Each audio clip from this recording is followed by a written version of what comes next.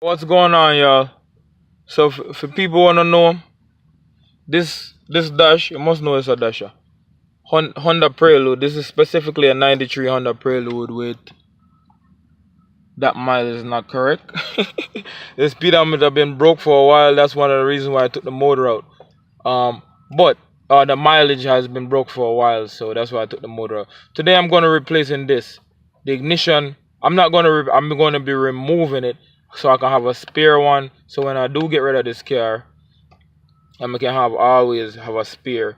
Can when you have two Hondas that's running, it's always good if you have a for spare part. So right now I'm gonna remove the bracket, the covering here, and start getting to it. It's a decent ignition switch. I mean, it has a little bit of, you have a small amount of play in it, but I mean, compared to some I've seen that you can take the key out of it while the car is running and all that, this is in pretty good shape. So I take it off, and it's gonna be a plethora of things that I'm gonna remove from off of this. So it'll be a lot of videos on this specific '93 Honda Prelude before we get it towed. Parts was really hard to come by with this car, so anybody that has issues with finding parts or finding the name of parts, you can always leave me a comment down in the comment section below, and we can this is no called trial and error. That's what my page is called now, because a lot of the issues that I'm actually go through, yeah, we can show it.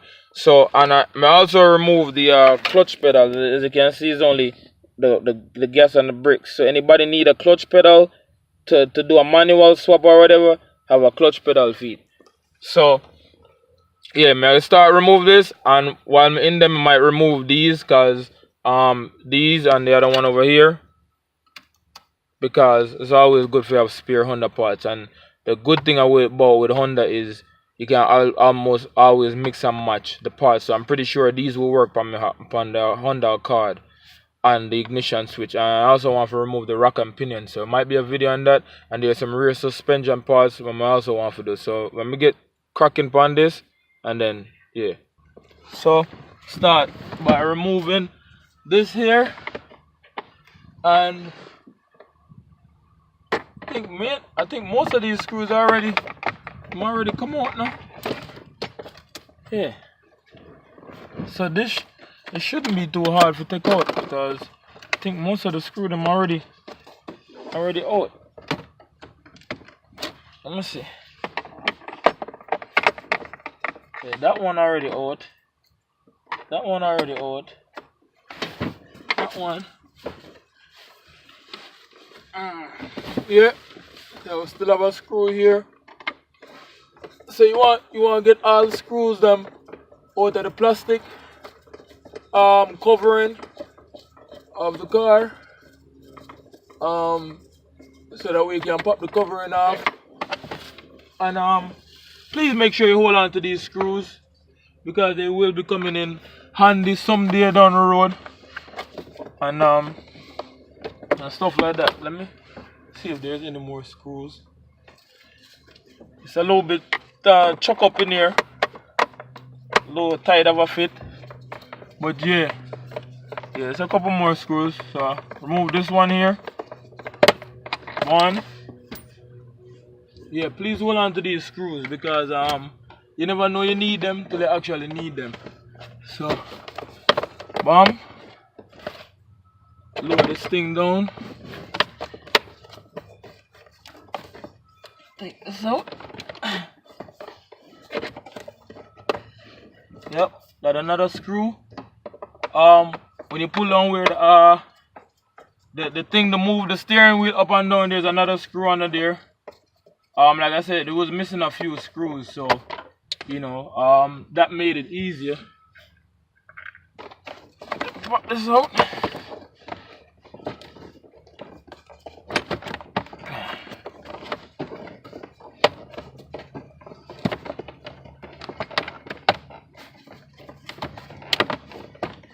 Boy, I think I renamed this channel Trial and Error Real at a good time, because yeah, things are really hard to remove, and I don't want to give nobody the false perception that everything is all easy and stuff like that. So I'm gonna you also have this little rubber seal here, and these Hondas, you remember they light up. So yeah, but this thing here is giving me a very okay. So I do have another screw. Well, we'll go up as same can yeah, this thing here. So I'm gonna get this cover off, and then I'm gonna come right back. Because I'm not trying to have this video forever, and I'll tell y'all what I did. Alright, y'all. So as you can see, I'm still wrestling with it, but I think I figured out what it was. So this security light thing, I think that's what's blocking it. No, I walk on with this one sitting there, man. I'm gonna break you off. Yeah, it's got a screw that's coming up through here, but it's like halfway pulled through, so it's not, the screwdriver is not catching it. And I don't really have time for this, you know. Break off it ass, yeah. See it there? Yeah, the screw is on an angle. There you go. I don't have time for this. This thing will give me no headache. So yeah, actually the screw is out. The screw is out. I don't understand what the issue was. But if I had to put it back, I would just put it back with whatever screws are left. So yeah, I thought it was this little security light thing that was holding it, but apparently it wasn't.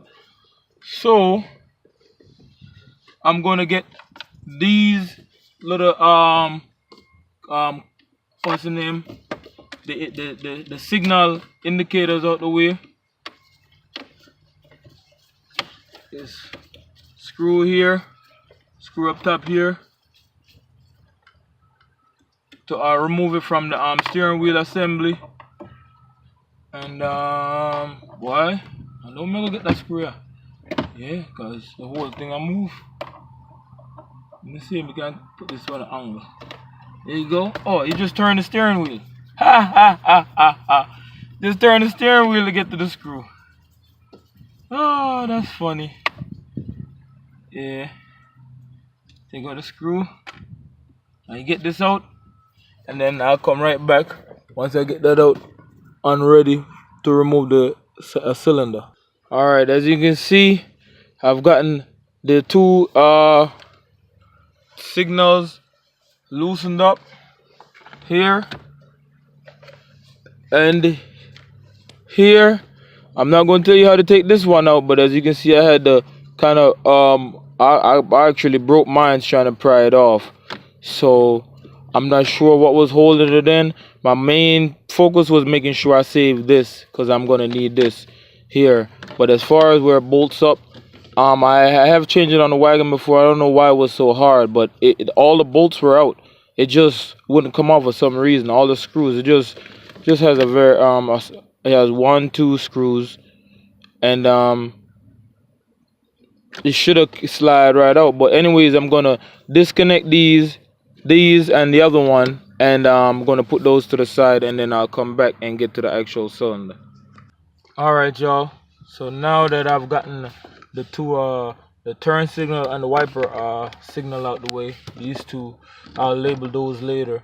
It's time for me to get down in here, and thankfully these already have a groove, but if they don't, then you kind of have to tack the screwdriver around. So I'm gonna put the screwdriver, the flat point screwdriver, in here.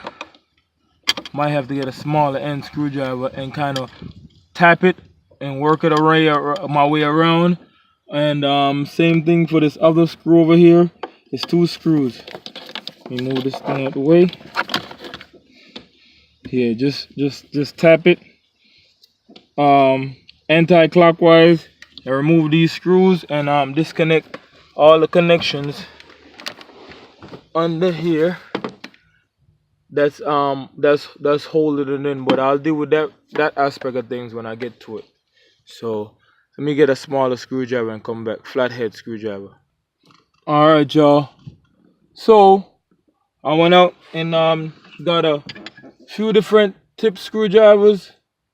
One is smaller. Well, that's the one I had earlier. One is a little bit bigger. So I'm gonna grab the hammer and slowly try to get this working. And you want to do these uniformly. You want to do them evenly. When you're tapping away at them, and these might not come out as easily as possible. But I'm already getting it to turn, so that's a good thing. That's a good thing. I'm hoping the camera don't fall. So I got one loose already. I got the one closest to the door loose already. And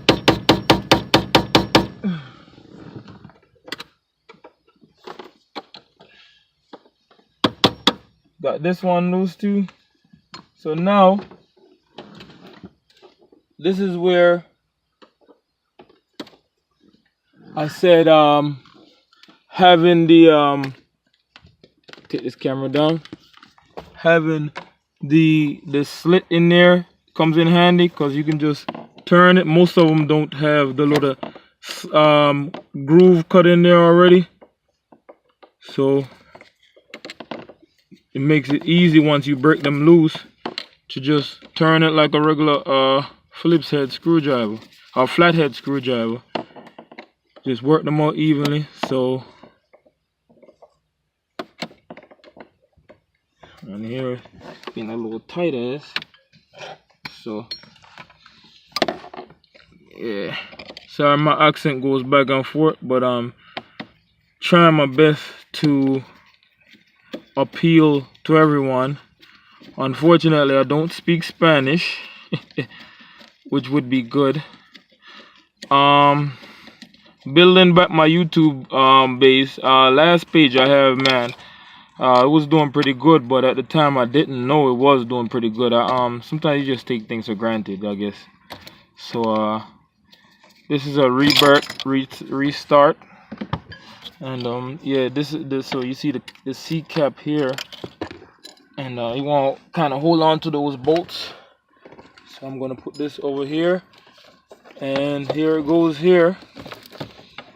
Just kind of wiggle it out, and I'm gonna take